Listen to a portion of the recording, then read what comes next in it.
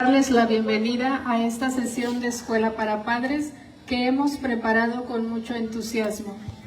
Hoy abordaremos un tema de gran relevancia para nuestras familias y nuestra comunidad educativa: el trastorno de ansiedad.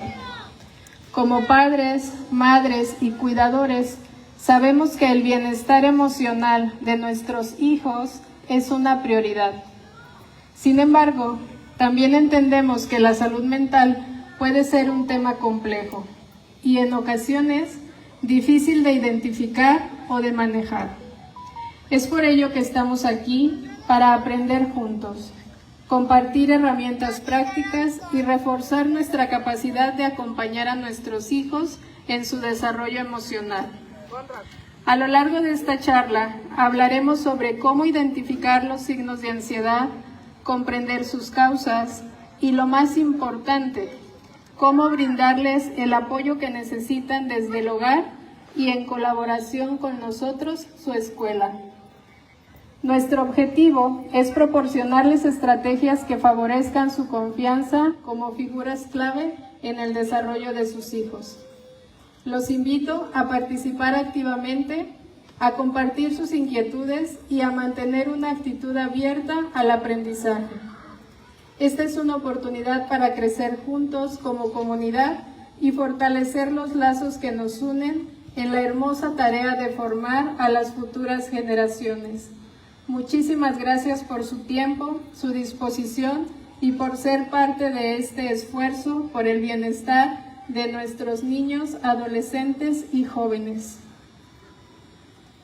El día de hoy quiero presentarles al doctor en psicología Mario Alberto León Fuentes. Les voy a leer un poquito sobre su historia profesional. Cuenta con licenciatura en psicología, maestría en psicología jurídica y forense, maestría en psicología clínica y psicoterapia y es doctorado en psicología. En su experiencia profesional encontramos: es psicólogo clínico y psicoterapeuta, perito en materia de psicología en el Poder Judicial de la Federación y el Poder Judicial del Estado de Quintana Roo, docente en varias universidades de la región. Entre sus publicaciones se encuentra una participación en el libro de memorias del Quinto Congreso Internacional y Quinto Congreso Latinoamericano de la Asociación de Suicidología de Latinoamérica, editado por Editores Asociación Mexicana. Bienvenido, doctor. Listos para escucharlo. Muchas gracias, papitos. Solo un favor. Gracias. Solo un favorcito, si nos ayudan a que los pequeñitos no corran por esta parte, por favor, para que quienes están escuchando la conferencia a través de Facebook puedan tener buen sonido. Muchas gracias.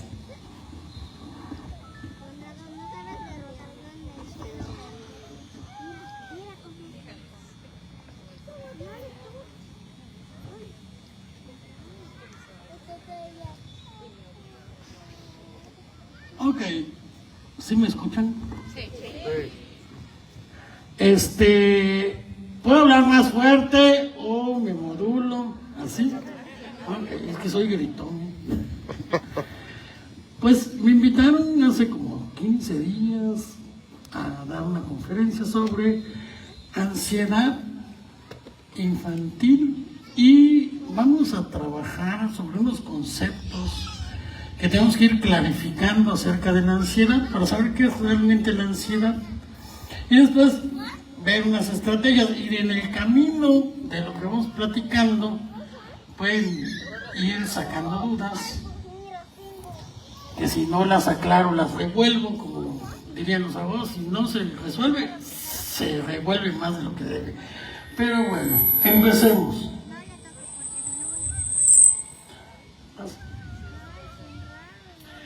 Bueno, primero vamos a ver que la ansiedad es una sensación, una emoción humana y es algo natural.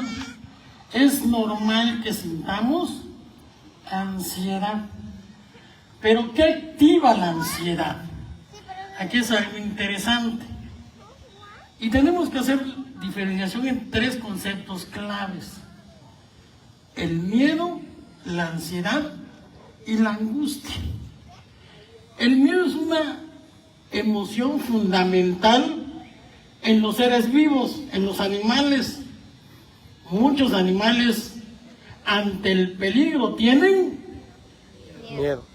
A ver, para que no me sienta solo, ¿sentimos? Miedo. Ok. Y cuando sentimos miedo, ¿qué pasa? Lloramos, se me acelera el corazón, me suda el cuerpo, me da escalofríos, me tiemblan las patas. ¿Qué pasa cuando tengo miedo? ¿Sí? Y eso es ante un reflejo de peligro, que eso es algo importante.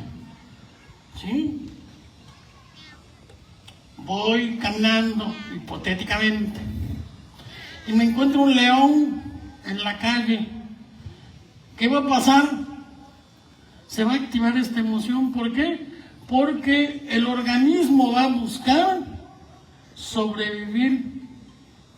Y el ser humano, ante los riesgos reales como los otros animales, activa el miedo, porque el miedo va a hacer 2 cosas importantes. Cuando tenemos miedo y hay un peligro, ¿qué hacemos? Hay de 2 sopas: huyo, y la otra es lo enfrentamos. ¿Sí? El miedo nos va a preparar a huir o enfrentar el problema. Dicen, agarramos el toro por los cuernos y lo enfrentamos. Y cuando pasa el peligro, el miedo se desactiva. ¿Sí? Volvemos a estar en una etapa de tranquilidad, de equilibrio. Eso es en un estado natural. ¿Sí? Hay un peligro, se activa el miedo, reacciono o huyo y volvemos a estar muy tranquilos. En el ser humano tenemos un problemita. Tenemos algo que se llama pensamientos. Y mi pensamiento es muy creativo. Y como diríamos por ahí, yo puedo crearme historias. Llego al trabajo, el jefe tiene cara de machete, o llego a la casa y veo a mi esposa con cara de enojada. ¿Y qué hice? ¿Qué me va a pasar ahorita? ¿Qué pasó? Olvidé tal cosa y empezamos a hacer historias. La ansiedad es algo más psicológico. El miedo nosotros lo creamos con nuestros pensamientos, que muchas veces no son reales. Nosotros nos vendemos la historia, o de algunas cositas podemos agregar: chin, no hice tal trabajo, o chin, no le dije adiós mi amor y por eso ya está enojada. Y nos empezamos a crear historias y problemas donde no hay. ¿Sí? Pero genera miedo, genera ansiedad. Las reacciones fisiológicas empiezan a activar, porque hay algo interesante en el cerebro. El cerebro no distingue lo real de la imaginación. Si lo pienso, existe. Y es tan real como que si estuviera pasando. Entonces, hay una cosa interesante. Nuestro sistema no puede estar constantemente con miedo, con ansiedad. ¿Por qué? Porque como vimos, es una respuesta natural que se activa y se debe desactivar. Pero si yo mantengo esa sensación de miedo por mis pensamientos, a la larga del tiempo voy a empezar a afectar mi cuerpo, empiezo a presentar problemas de sueño, empiezo a presentar problemas de alimentación, empiezo a presentar irritabilidad y una serie de síntomas, ¿sí?, de sensaciones que poco a poco nos van a ir desgastando. Nos vamos a sentir fatigados, nos vamos a sentir malhumorados, nos vamos a sentir hipersensibles. ¡Hola! ¿Qué pasó? No, sobre reaccionamos con el tiempo. ¿Sí? Las crisis de angustia. La angustia es más fisiológica. ¿Qué pasa? Tenemos un sistema nervioso y en el cerebro hay un área que se llama sistema límbico y en esa área hay unos como centros reguladores y hay un centro regulador del miedo, que es la que funciona naturalmente cuando se ve el estímulo, se activa, ¡zum!, y se desactiva cuando se desaparece el miedo. En los trastornos de angustia, ese botoncito se activa solito. La persona no tiene ningún peligro real, en lo imaginario también está muy tranquilo, pero se dispara. ¿Sí? Se dispara y genera esa sensación de miedo, pero es un miedo incontrolable. La persona empieza a sudar, empieza a palpitar, empieza a ver todos esos signos y síntomas que empieza a presentar, pero no los puede controlar. ¿Sí? Y empieza a decir, me voy a volver loco o me voy a morir. Dirían, la angustia es como tener miedo al miedo, porque después de una primera crisis de angustia la persona se queda como, ¿y si me vuelve a pasar? ¿Y en qué momento me va a pasar? Y se queda con esa sensación de que en algún momento le va a repetir esas crisis. Aquí vamos a ver que la ansiedad y la angustia son discapacitantes. ¿Qué quiere decir esto? ¿Quién me puede decir que se le viene a la mente cuando dice uno discapacitante? Que limita, que afecta, ya por ese miedo, ya no voy a trabajar, o ya no hago los quehaceres de la casa, o en caso de los muchachos ya dejan de hacer sus actividades, dejan de hacer sus tareas, empieza a ser limitante para la vida del sujeto. Entonces sí hay que diferenciar que la ansiedad puede ser normal, sí, como una emoción natural que se tiene que activar, y es lo más sano cuando hay un peligro. Pero si ese miedo se activa por cuestiones psicológicas o por una falla en el sistema nervioso, eso ya no es normal y se tiene que ir con un profesional para trabajar esto.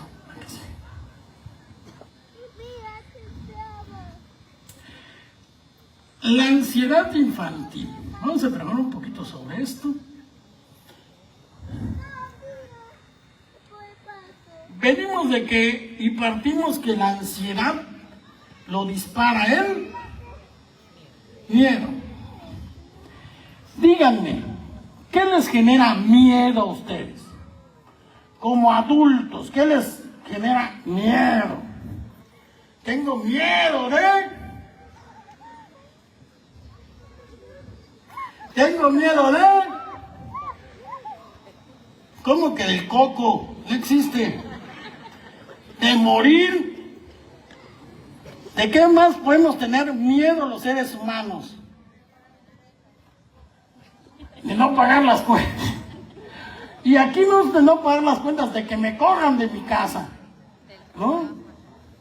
de quedar desprotegido. ¿Qué más nos da miedo?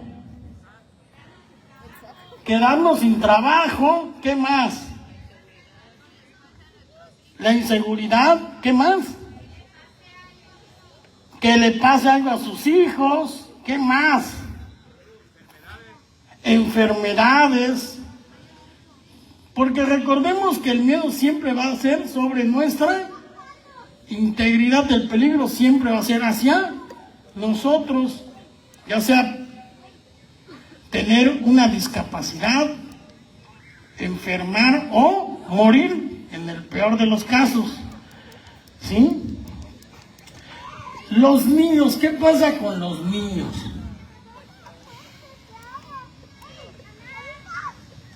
Los niños, cuando van creciendo, van generando algo que se llama vínculo. ¿Qué es el vínculo? Una conexión con sus padres. ¿Y esa conexión de dónde sale? Del cuidado. El niño nace y no es consciente de nada, pero conforme va creciendo, primero se da cuenta que existe mamá, ¿sí o no? Hay un otro ser que se llama mamá, y lloro, y mamá me da comida, y lloro y mamá me da, cambio los pañales, y lloro y mamá me agarra de los brazos y me empieza a contener. Busca que, ¿cómo está? ¿Sí? Me quita mi disgusto. Qué chido que hay alguien que yo nada más hago o grito mamá cuando soy más grande y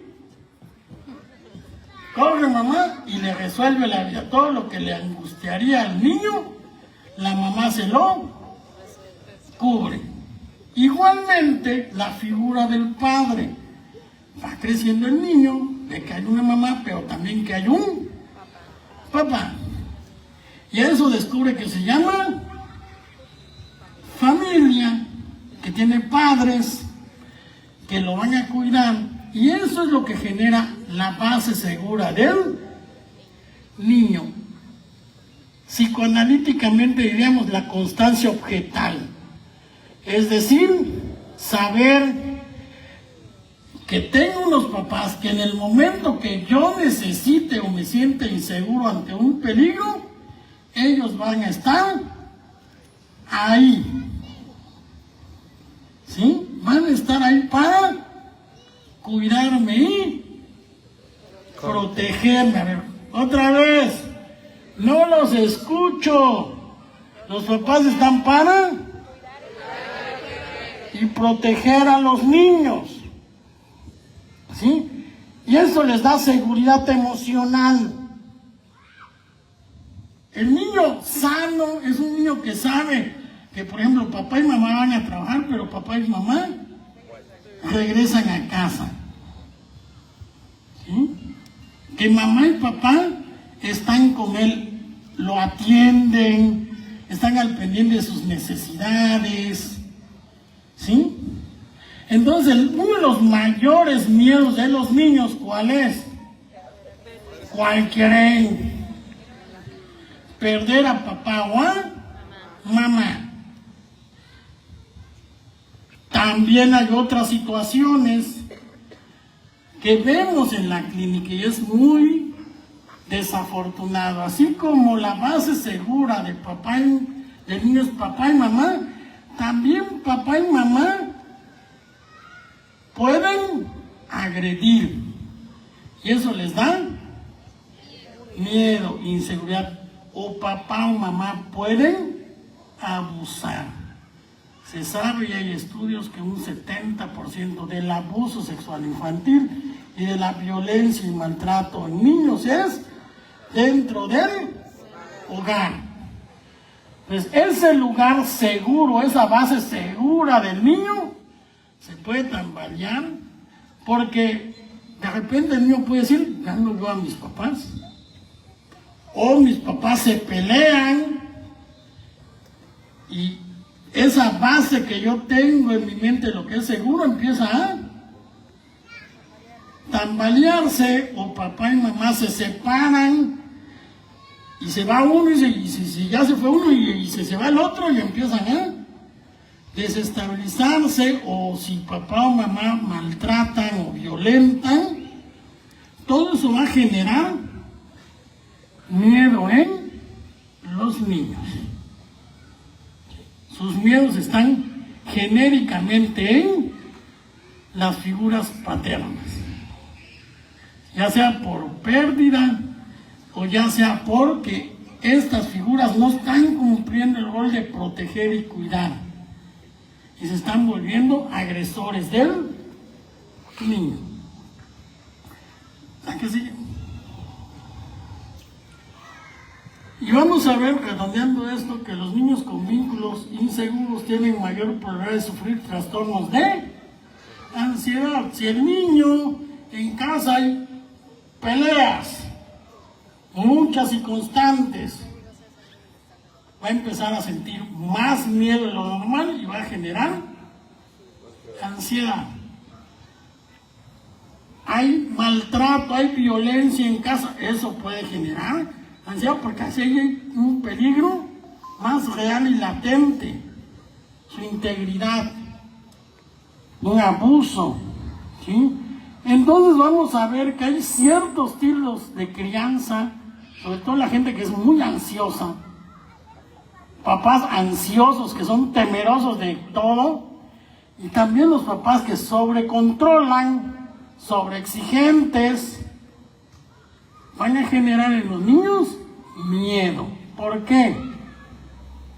Porque van a darse cuenta los niños que el mundo es algo peligroso. El mundo es algo peligroso. Entonces, el niño no va a querer salir de casa. El niño va ante la sensación de exponerse y no sentir esa base segura de papás, miedo. Y se van a tender a evitar todo tipo de situación que los comprometa y los confronte a esos peligros. Porque recuerden que puede ser real, como un maltrato, un abuso, pero también puede ser imaginario. Si papá me dice que toda la gente es mala, si siempre me van a decir que cuidado, si siempre me van a estar exigiendo de más, o ante la exigencia hay maltrato y sobrecontrol, el niño va a sentir miedo, inseguridad. Entonces, cuidado, papás, porque la forma que nosotros nos dirigimos a los niños va a ser que ellos se sientan seguros o que ellos se sientan inseguros. ¿Sí? La que sigue. Y aquí vamos a ver, no lo lean tanto, esto es muy clínico, pero hay una serie de trastornos que pueden manifestarse con la ansiedad, porque la ansiedad es muy polifacética. De hecho, en la gran mayoría de los trastornos mentales se presenta la ansiedad, ¿sí? Ya sea como un síntoma principal o ya sea como un síntoma secundario. Pero ¿qué tenemos que ver aquí más allá de ver los trastornos? ¿Qué tenemos que ver en nuestros niños cuando están presentando ansiedad?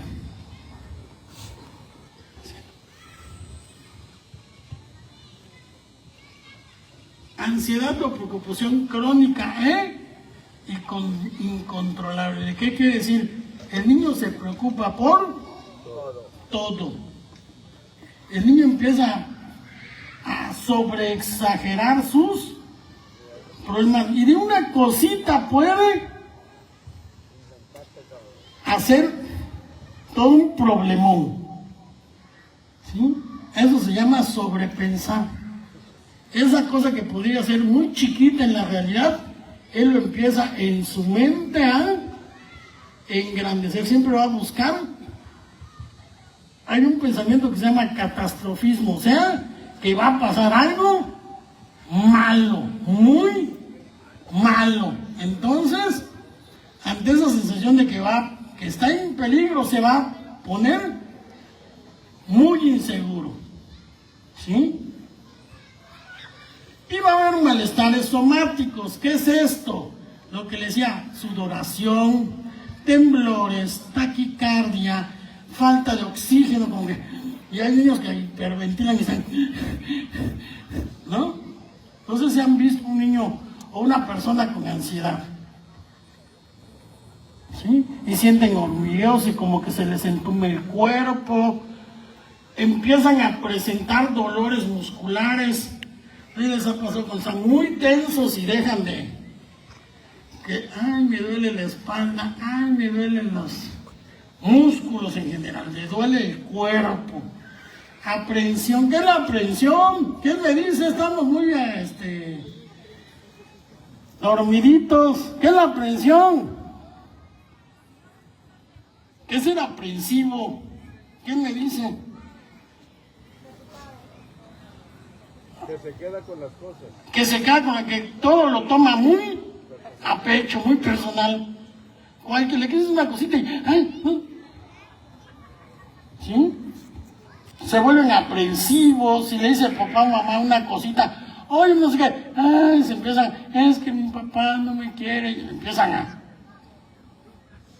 con ese tipo de, si yo fuera bueno, o sea, como que si él tuviera culpas, que él estuviera generando esto. Preocupación por perder el control y tener ataques de pánico o morir. Llega al grado de decir, me voy a volver loco, no puedo. ¿Sí? Y conductas de impaciencia. Se vuelven niños muy intolerables, muy irritables, por cualquier cosa se enojan. Empiezan a presentar problemas de insomnio. Empiezan a haber incapacidad para concentrarse. Y aquí hay algo interesante, porque muchas veces dicen, es que es un niño con TDA. Es muy desatento. Y no es TDA, es un niño hiperexcitado. ¿Qué es la hiperexcitación? Hay suficientes estímulos sobre el niño y eso le genera angustia. Y ante la angustia se dispersa, no puede concentrarse. Y dicen, es que parece que tiene TDA. Puede ser una crisis de ansiedad. El niño no tiene nada neurológicamente, simplemente por las cuestiones psíquicas está generando síntomas que pudieran de repente de sentir, es que ya se está volviendo muy irritable, como que se pelea con todos de repente y no se concentra. Creo que ya tiene TDAH. No puede presentar una ansiedad generalizada por una hiperexcitación del ambiente, está siendo maltratado, está siendo sobreexigido. Los clásicos papás de que quiero que saques 10. ¿Saben cuánto sacaba yo en la primaria? 8. Secundaria, 7.7. Prepa, 8. Licenciatura, 8.6. Ya no le digo cuánto saco en mis demás estudios. ¿Sí? ¿A qué voy? Un 10 no asegura que seas el gerente general de nada. Más importante, yo siempre lo he dicho, es que el conocimiento que tienes sea significativo para ti. Porque cuando es significativo para el sujeto, lo aprovecha, lo utiliza. ¿Sí? ¿Cuánto es 2 más 2? 4. Muy bien. buena memoria. ¿Para qué nos sirve? Para nada. Ahorita para nada.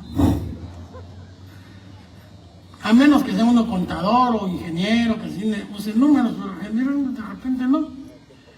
Pero es la base del ¿cómo se llama? Del pensamiento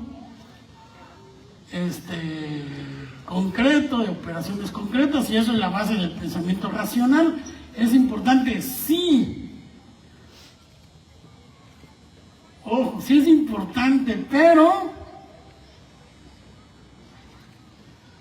un 10 no asegura que tenga un superdesarrollo. Porque a veces los papás hacemos eso, sobreexijo. Tiene que ser un niño excelente, y tiene que ir a clases de inglés, de natación, y tiene que aprender cibernética, y tiene que aprender 10 idiomas. Y el pobre niño, dices, ¿y en qué momento juega? ¿En qué momento se relaja? Siempre lo tengo, Hay muchos padres, quiero que esté en actividad, pues lo estás estresando. Quiero que sea excelente en todo.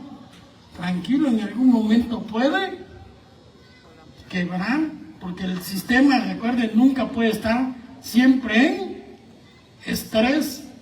Siempre tiene que haber momentos de relajación y de calma. No pasa nada. ¿Sí? No vamos a ganar nada si, por tener 4 doctorados, 2 maestrías y las cosas así, ¿no? Yo, por ejemplo, ahorita dije, mi año sabático. Ya estudié mucho, trabajo mucho y necesito descansar.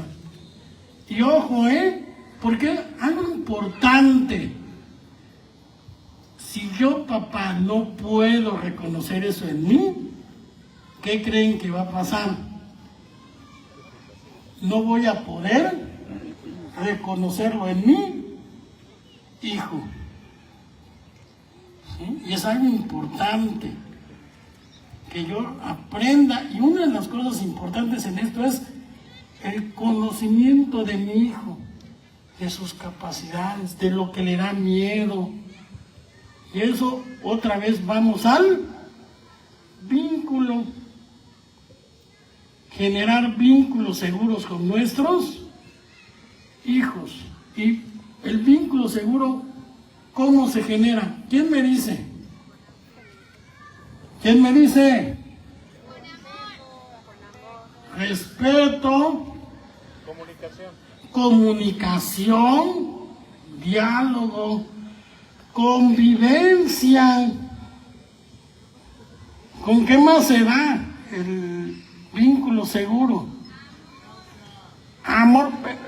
Es que es muy complejo el concepto de amor. Vamos a ser más específicos. Afecto, cariño, apoyo, empatía. ¿Qué es la empatía? Es algo importante, porque a veces muchos papás, y desafortunadamente lo vemos en la clínica, llegan con el niño y: psicólogo, arrégleme esto, se descompuso. No me obedece. ¿No? Como que se está poniendo medio rejenco el chamaco. Está sacando mala nota, no sé por qué, pues yo trabajo día, sol y noche para darle casa, techo, comida, para que tenga escuela. Y cuando se sientan a platicar, o al menos a jugar un ratito. ¿Cuándo es la última vez que se sentaron a jugar con sus hijos? A relajarse. ¿Qué más? Acariciarlo, a sentarse contra él. Así contra la mañana me tiro y como los perritos, le rasco la pancita o me rasca la pancita y nos hacemos piojito. Ese tipo de cariño es lo que hace el vínculo seguro. ¿Cómo estás? ¿Qué hiciste? Ya saben los adultos que de repente los niños llegan con cosas y... ¡ay! Eso te preocupa.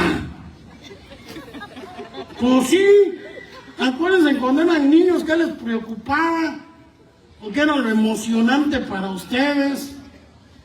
El problema es que nos olvidamos de ser niños y tenemos a nuestros hijos y, ay, ya vas a empezar a hablarme de tu fútbol que no me gusta, o de tu amiguita no sé qué que es, ay, es un... ¿No? No tengo tiempo, ya vete por allá. Y es eso, vínculo es cercanía, es como decían amor, pero yo sería más concreto en lo que es el amor.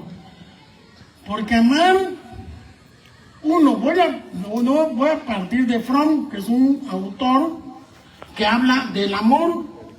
Hay un libro muy bonito, si no lo han leído, lean y busquen lo que se llama El arte de amar. Los que ya lo leyeron, qué padre, los que no, búsquenlo. Y Fromm dice, el amor es una actitud que se va generando día a día, que se puede fomentar, y la base del amor es, uno, cubrir necesidades. Y el ser humano es un ser complejo y tiene necesidades tan básicas como el dormir, comer, hacer ejercicio, ¿sí? Como de protección, tener una casa, tener un trabajo, tener ciertos recursos que den cierto estado de calidad de vida. Necesitamos el área social, porque no somos seres aislados, sino somos seres de contactos con mi familia de origen, con mi esposo, con mi esposa, con mis hijos, con mis compañeros de trabajo, con la comunidad, ¿sí? Y más arriba están las necesidades de trascendencia, donde está la creatividad, la resolución de problemas, la capacidad de juicio, la espiritualidad. Y decía Fromm, para que una persona sea desarrollada, tiene que cubrir todas sus necesidades, desde las más básicas hasta las más complejas, vamos a decir, y psíquicas, más subjetivas. El sentido de vida, cada quien tiene un sentido de vida, y esto está en la autorrealización. Cada quien uno le va a dar el sentido de su vida como más o menos va en sus experiencias, en su aprendizaje de lo que aprendió cuando era chiquito con sus papás. La otra es el respeto. ¿Qué es el respeto? Todos los seres humanos somos distintos, neurológicamente diversos, y podemos estar aquí, ¿cuántos somos? Vamos a contarnos número de pies entre dos y ya más o menos sabemos cuántos somos. Los que seamos, si en 2 días yo les pregunto, ¿te acuerdas de la plática del psicólogo Mario? Unos van a decir, no, sí. O les pregunta, ¿qué es lo que más te llamó la atención de esa plática? ¿Qué van a decir? Unos van a decir unas cosas, pero va a ser distinto, ¿sí? Porque genéricamente a cada uno nos significa o nos va a aprender algo distinto. Y uno va a decir, estuvo muy padre, me gustó tal cosa, y las diapositivas, y otros van a decir, ay, qué aburrido, no lo entendí, me cayó gordo, ¿sí? ¿Por qué? Porque aunque todos estamos en este momento, cada uno lo va a percibir y lo va a recordar de manera diferente. Entonces todos somos distintos, sí, y tenemos que aprender a respetar eso. Es que yo soy bueno, mi hijo, tu hijo es distinto, lo tienes que respetar, porque es un ser individual, único, irrepetible, no va a haber otro como tu hijo, nunca. Podemos ser en algún momento un poquito semejantes, pero nunca iguales, no. Entonces, a mí me gusta tal cosa, a mi hijo no, respétalo. Porque él es un ser único y todos somos únicos y todos somos especiales. En nuestra manera biológica, psíquica y social somos distintos. ¿Sabes que yo soy muy social y quiero que mi hijo sea social? Déjalo. Si él es más tímido, no pasa mucho. Yo me recuerdo que una vez llegó una señora y me dice, es que, ahorita vamos a ver eso, mi hijo es muy tímido. ¿Y qué tiene? Me dijo, así como era su hijo, era yo. Neta, real. Llegaba la gente y yo me escondía detrás de los, ¿cómo se llama? De los muebles. Véanme, 40 años después. La vida y muchas cosas nos van moldeando. Y en algunos casos, la vida, y es algo interesante, porque a veces los niños dicen, es que el niño, sí, perdón, pero denle chance, están madurando. Y no sé, ustedes recuerdan que sus papás les dirán, o les decían, es que cuando eras chiquito, porque cuando éramos chiquitos éramos de una forma, pero la vida nos fue moldeando, nuestras experiencias nos fueron moldeando y ahora somos, a veces puede ser diferentes a lo que realmente éramos cuando éramos chiquitos. Hay que respetar, los papás somos guías y acompañantes de nuestros hijos, y si a mí me gusta el rock y a mi hijo le gusta no sé qué cosa, pues respétalo, es su gusto. Si yo quiero que mi hijo vaya por las ciencias, ya le gusta la literatura y las artes, ¿no? Respeta su forma de ser, de lo que él es. Lo que nos corresponde es guiarlo para que él se potencialice como persona, madure como persona. Responsabilidad es el tercero. ¿Qué es ser responsable? ¿Quién me dice? Asumir decisiones. Asumir decisiones. Y sobre todo los niños, ¿por qué? Porque ellos están creciendo, ellos están aprendiendo. Pero las decisiones que ayudemos a los niños tienen que ser de una manera respetuosa, tomando en cuenta la edad y el desarrollo de ellos, ¿sí? En muchas situaciones difíciles de la vida, también a ellos se les tiene que hablar y decir, está pasando esto, tú cómo te sientes, que ahí es donde viene el trabajo de los papás. ¿Cómo se va a sentir un niño seguro? Si el papá lo atiende, si el papá procura su bienestar, va a haber ese vínculo seguro. El niño dice, ok, si mi papá me respeta ante mis miedos, porque pues si yo como papá, ay, ¿qué es esto? Que por esto te da miedo, sí, por eso. ¿Se acuerdan que ahorita les vacilaba el coco? Muchos, ¿sí o no? Cuando eran chiquitos. Escucha activa y el control de emociones. Escucha activa y control de emociones. Esa es la responsabilidad de los papás. ¿Sí? Porque aquí hay algo importante, que los papás son los que van a contener a los niños. Se les fue ahí tengo igual una especialidad en psicología infantil, y cuando trabajo con niños, llegan los niños y les digo a los papás,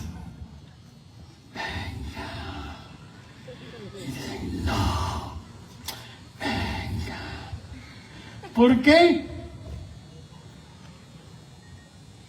Porque los que tienen que modular, contener y guiar a los niños son los papás. Y si un papá es inseguro y un papá es sobreprotector o un papá tiene una cuestión hacia el niño de maltrato, el que lo tiene que trabajar es el papá.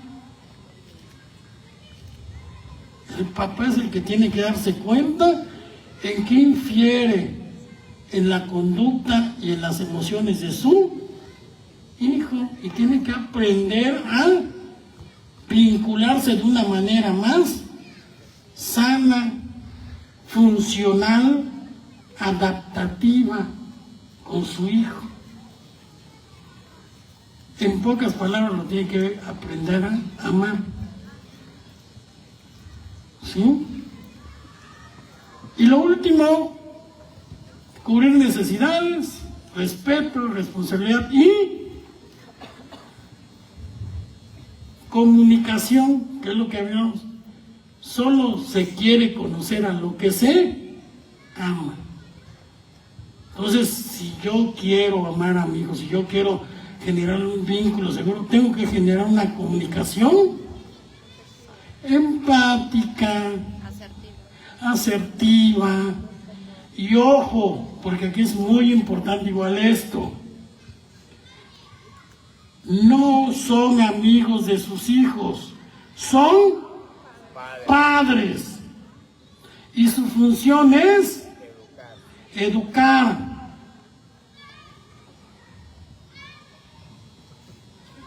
No confundamos que tengo que tener una buena comunicación y vínculo con él, pero no es mi cuate, no es mi confidente, no es mi compinche, no es mi paño de lágrimas, es mi hijo. Porque a veces se ha confundido el que tengo que tener buena comunicación con mi hijo y un buen vínculo, como cuates. Nah. Porque con un cuate te vas a... ¿Dónde te vas con un cuate?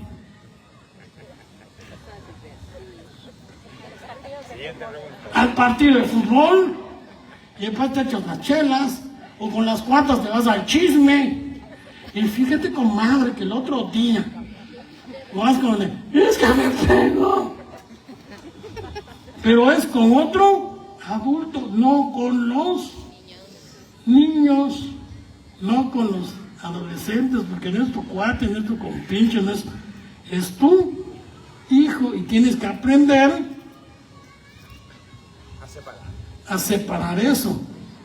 Que puedes tener una buena comunicación, un buen vínculo, pero no es tú igual.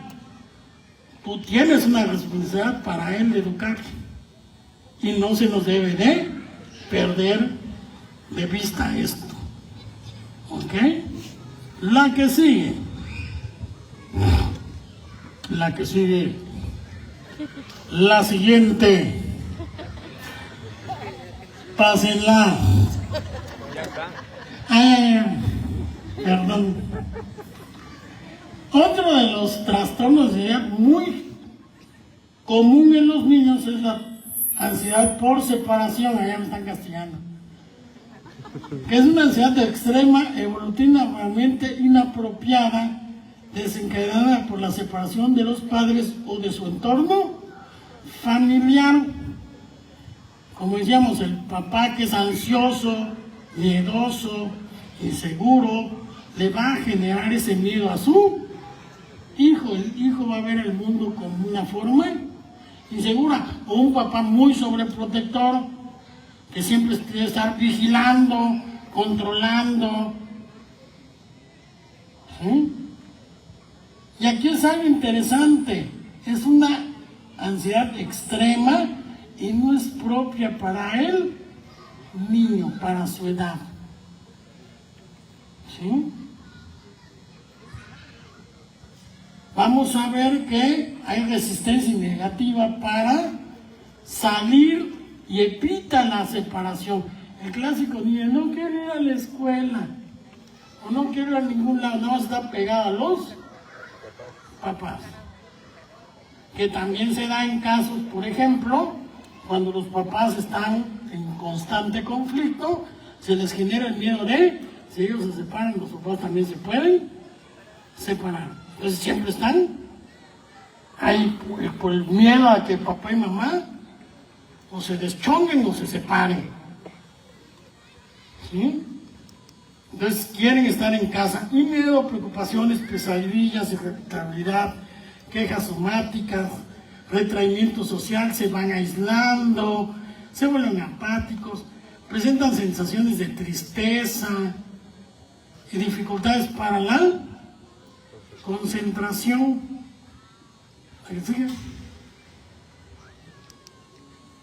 Trastornos fóbicos son fobias que se evitan, y por ejemplo los niños son muy fóbicos, porque genéricamente en la infancia tenemos miedos naturales como miedo a las cucarachas, miedo a la oscuridad, miedo a los truenos, miedo a inyecciones, ¿sí? Las fobias son miedos irreales, ¿sí? Porque pues, ¿qué te va a hacer una inyección?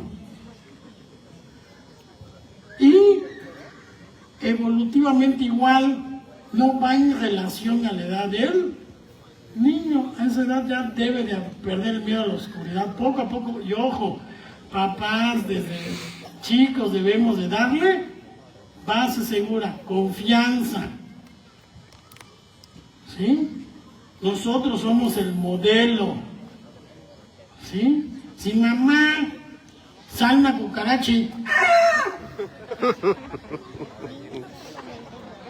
¿no? ¿Qué va a pasar? El niño va a aprender a que tiene que tener miedo a la cucaracha. O el miedo a la oscuridad. Hay a veces algunas fobias que son aprendidas o que te vamos, el clásico, si no haces tal cosa te vamos a inyectar, y el niño ya le tiene miedo a la inyección porque es algo, un castigo, y el castigo recuerden que puede herir en mi integridad, me va a doler. Entonces no hagamos ese tipo de cosas, ¿no?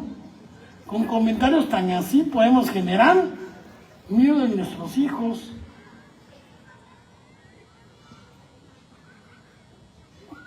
Puede ser animales, al ambiente, a la sangre, situaciones u otros tipos. Y en las fobias, el niño siempre va a evitar la situación fóbica. Ese miedo lo va a tratar a los ratones, va a tratar, no. Y ojo, puede ser tan sencillo como eso, como puede ser algo tan discapacitante que no quiera salir de casa por... diga, es que en la escuela hay cucarachas, o es que voy a trabajar y puede haber cucarachas. O sea, ya trata de evitar toda situación que no haya control. Diga, no. Y pueda ser discapacitante. ¿Ok? La que sigue. Y la fobia social, que es un miedo marcado a estar en situaciones vergonzosas, humillantes, ¿sí? Y se caracteriza por ruboración, o sea, se le pone rojo a la cara, miedo a vomitar, se sienten náuseas, necesidad o temor de orinarse o defecar. No sé si han estado así en un grupo y como que me están dando ganas de, ¿cómo se llama? Orinita vengo porque me siento inseguro. La fobia social es más en contextos pequeños.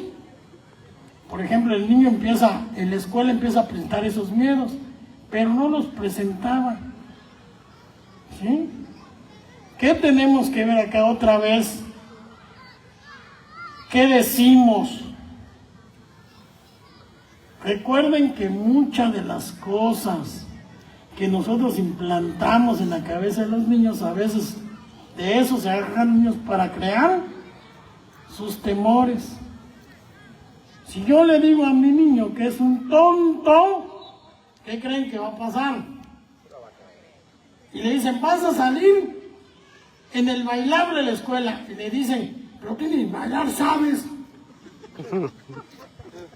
¿Qué va a pasar con el niño? Se va a sentir inseguro. Si el niño sale a bailar y le dice, ay, bailaste todo feo. ¿Qué va a pasar la siguiente vez que el niño, digan, participo en el bailable? No. Ya no. Pero el que le estoy generando la inseguridad soy yo como padre, porque le estoy sobreexigiendo, o porque digo, no, es que si sales, si puede ser que te pase eso, se burlen. ¿Lo estoy ayudando? No. Y a veces con esos comentaritos generamos miedo e inseguridad. ¿A qué? Sean humillados, o que sean burlados, o que sean, ¿cómo se llama?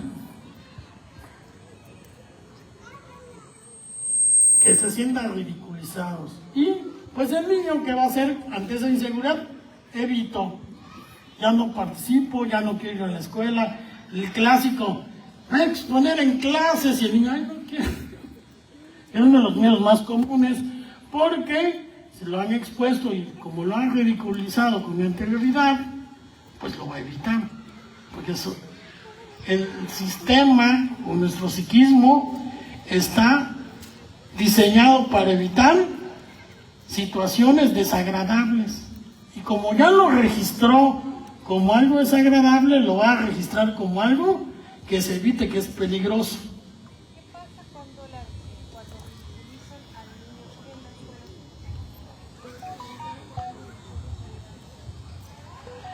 Miren, es un trabajo integral, porque es un ambiente, ¿sí? Aquí la cuestión es el trabajo de los padres, pero también el trabajo de la escuela y el trabajo con los otros niños, porque en el caso del acoso escolar se sabe, y esto es algo interesante, los niños agresores también están siendo agredidos o están sintiendo temor. Es una forma de sobrereacción. Entonces no es nada sencillo. Se tiene que atender de manera, tanto al niño que es acosado por sus compañeros, como a los niñitos que están generando la agresión. Porque esos niños de fondo también están pasando situaciones de vulnerabilidad psíquica. Tiene que manejarse, hacer todo un estudio, un diagnóstico para ver qué está pasando. ¿Por qué los agresores están agrediendo? ¿Cuál es la dinámica que se está dando? ¿Cuál es la situación con el niño agredido?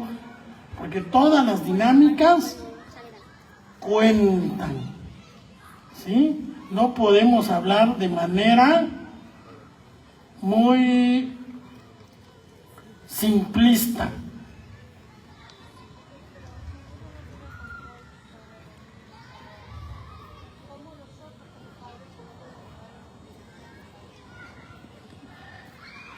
A terapia.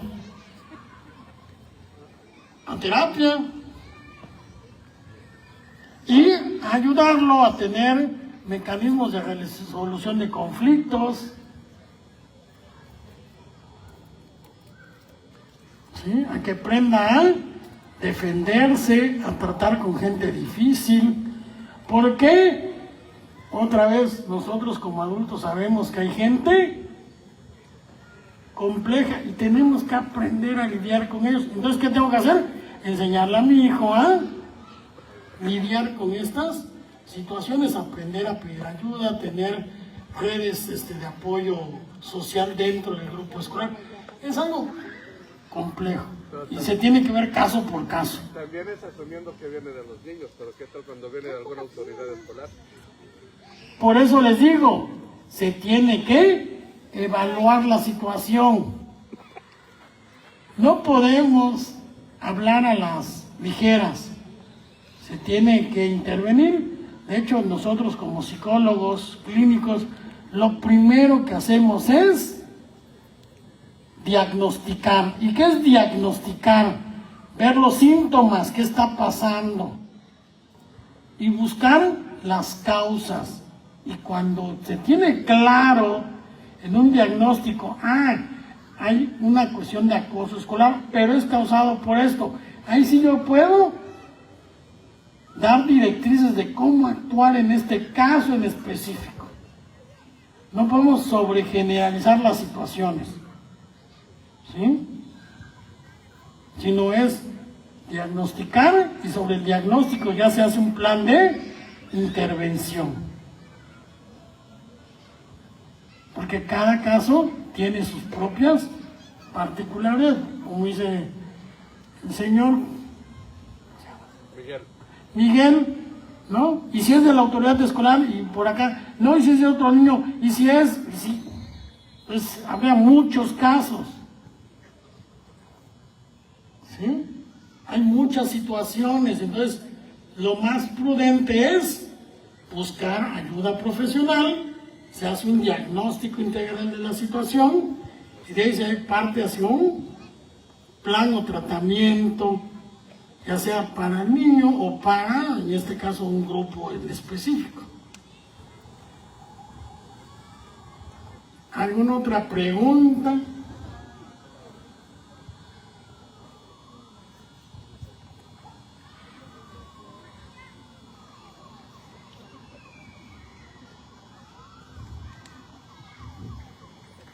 ¿Alguna pregunta? ¿Ya se durmieron? No, todo claro. ¿Algo más? La siguiente creo que ya es la última. Ya. ¿Qué onda?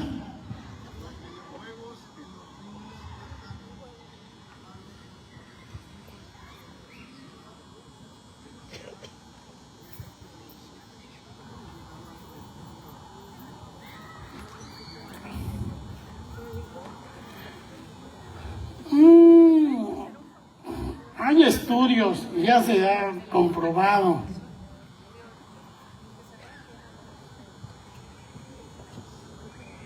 La inclusión de la tecnología en los niños debe ser progresiva y debe ser a la edad del niño.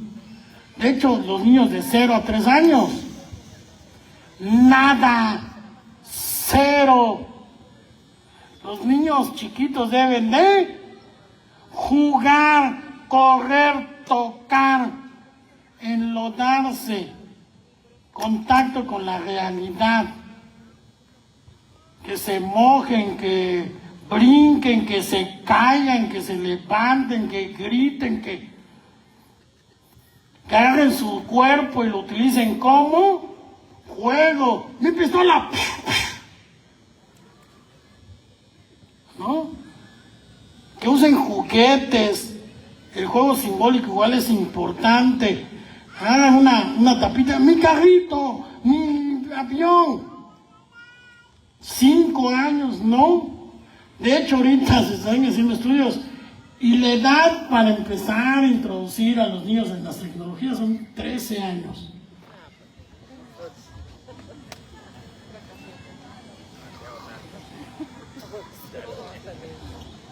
¿Sí? Aquí hay una cuestión y te pregunto, ¿tú juegas videojuegos? ¿Cuántas horas estás en tu celular? ¡Ande!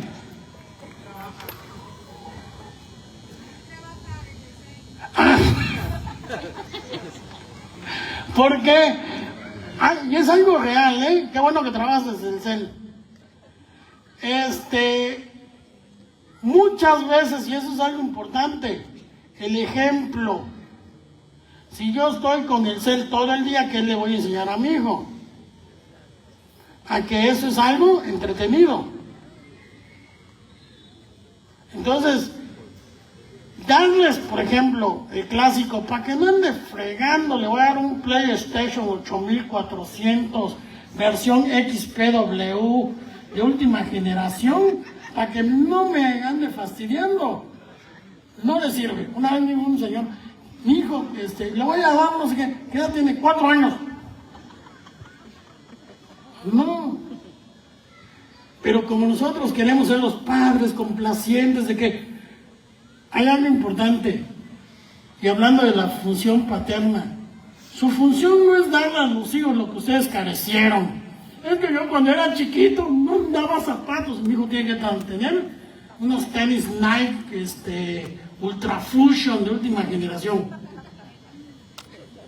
No estamos para eso. La función de los padres es enseñarlos a ser seres funcionales, adaptados,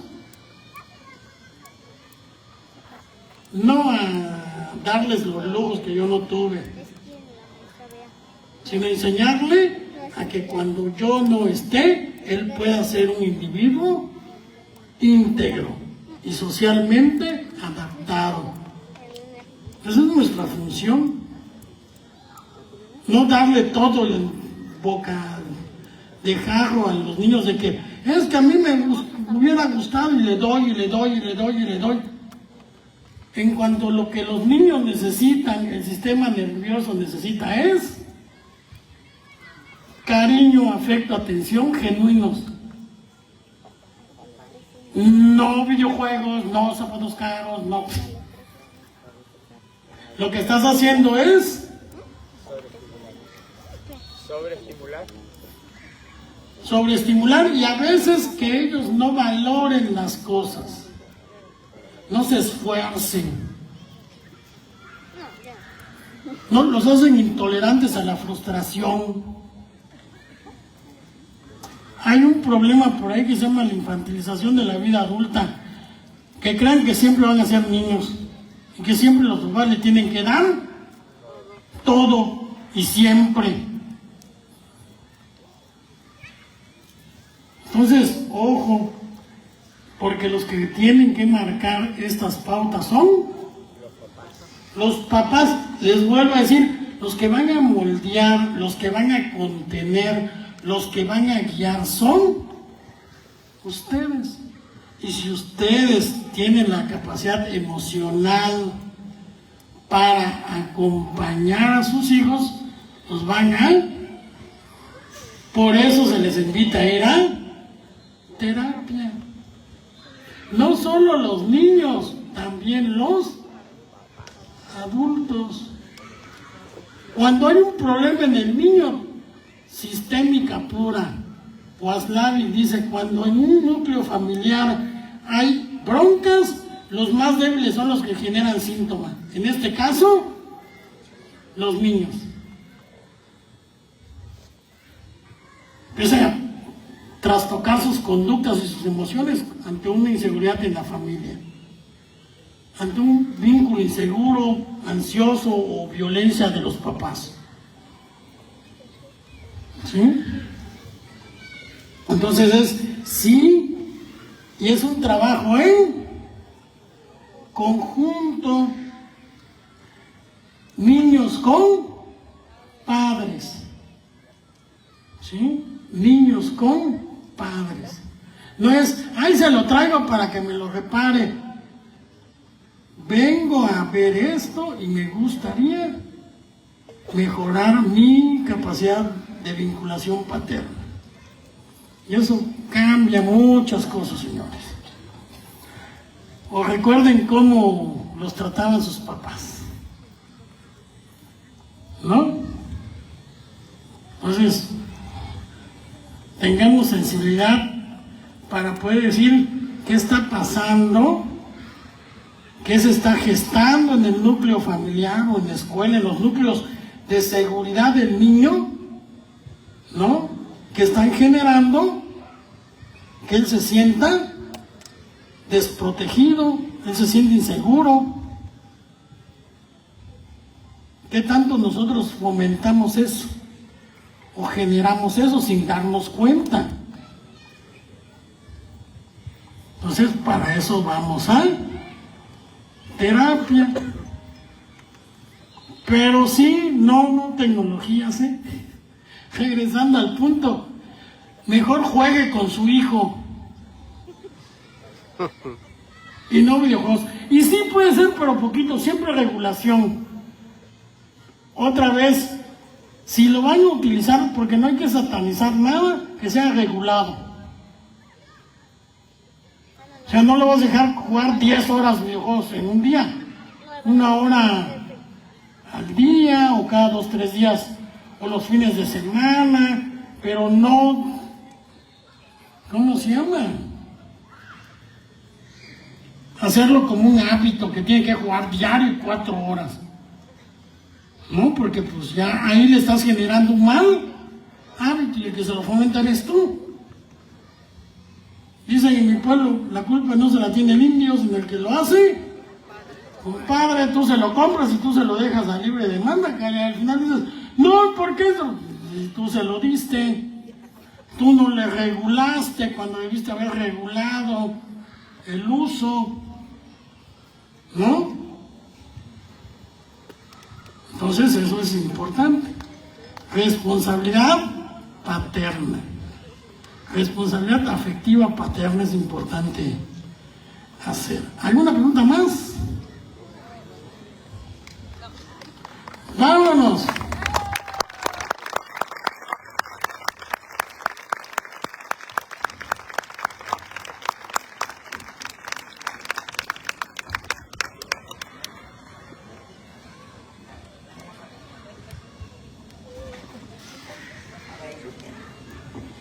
Buenas noches. Cada vez que escucho conferencista me convenzo que la escuela para padres es una necesidad. Y quiero agradecerle al doctor Mario León por la conferencia del día de hoy. Un fuerte aplauso, por favor.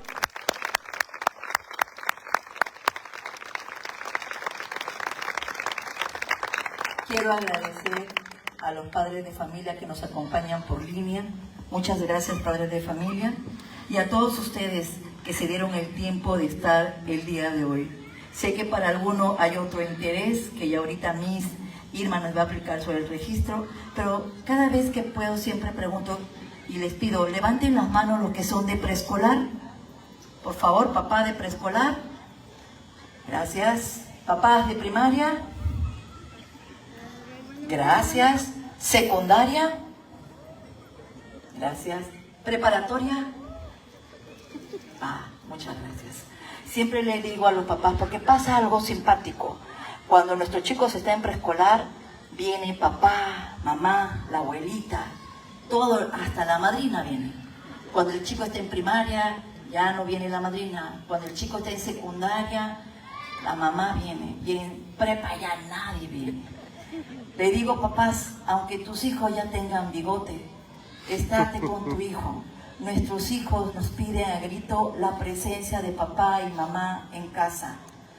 Tus hijos deben saber que cuentan contigo como padre, no como amigo.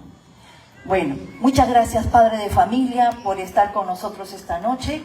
Invito a Miss Irma, por favor, que se siente, porque yo sé que hay mucha inquietud sobre el registro, ¿sale? Y los esperamos el próximo viernes 24 y las demás sesiones de escuela para padres.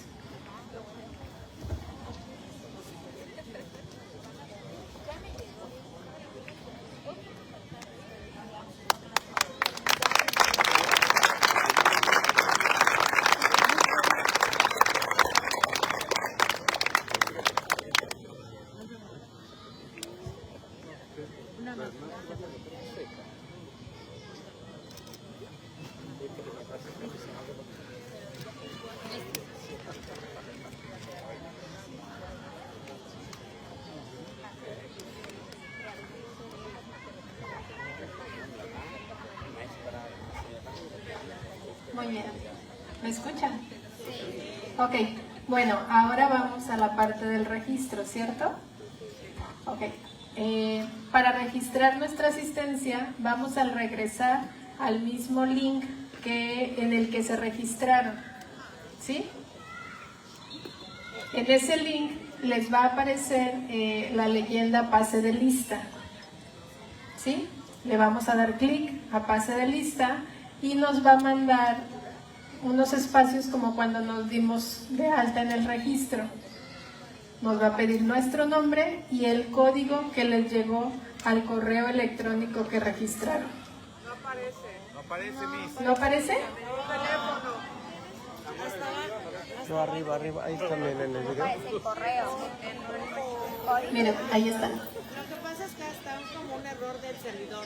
Está caída, está saturada la Porque es lo página. que todos están metiendo, entonces Ah. hay un error y nadie lo va a poder hacer. Está saturada. Yo creo que sí. No se preocupen. En caso de que ahorita, bueno, estamos presentando estas cuestiones, la página va a estar en funcionamiento hasta que termine el día de hoy. Entonces, quien guste ir a su casa y hacerlo ahí, porque creo que somos muchos los que estamos tratando de entrar desde este mismo punto. ¿Cierto? Ajá. Sí, es lo que les estoy diciendo. ¿Sale? puede hoy, ¿qué se pasa? Ok, en caso de que no se pueda, aquí en las mesitas que están de este lado están nuestras directoras con lista de asistencia para poder ayudar, ¿sí? Pero sí les pedimos que quien pueda hacerlo desde su celular nos pueda ayudar desde el celular, ¿sale? Muchísimas gracias y que pasen buenas noches.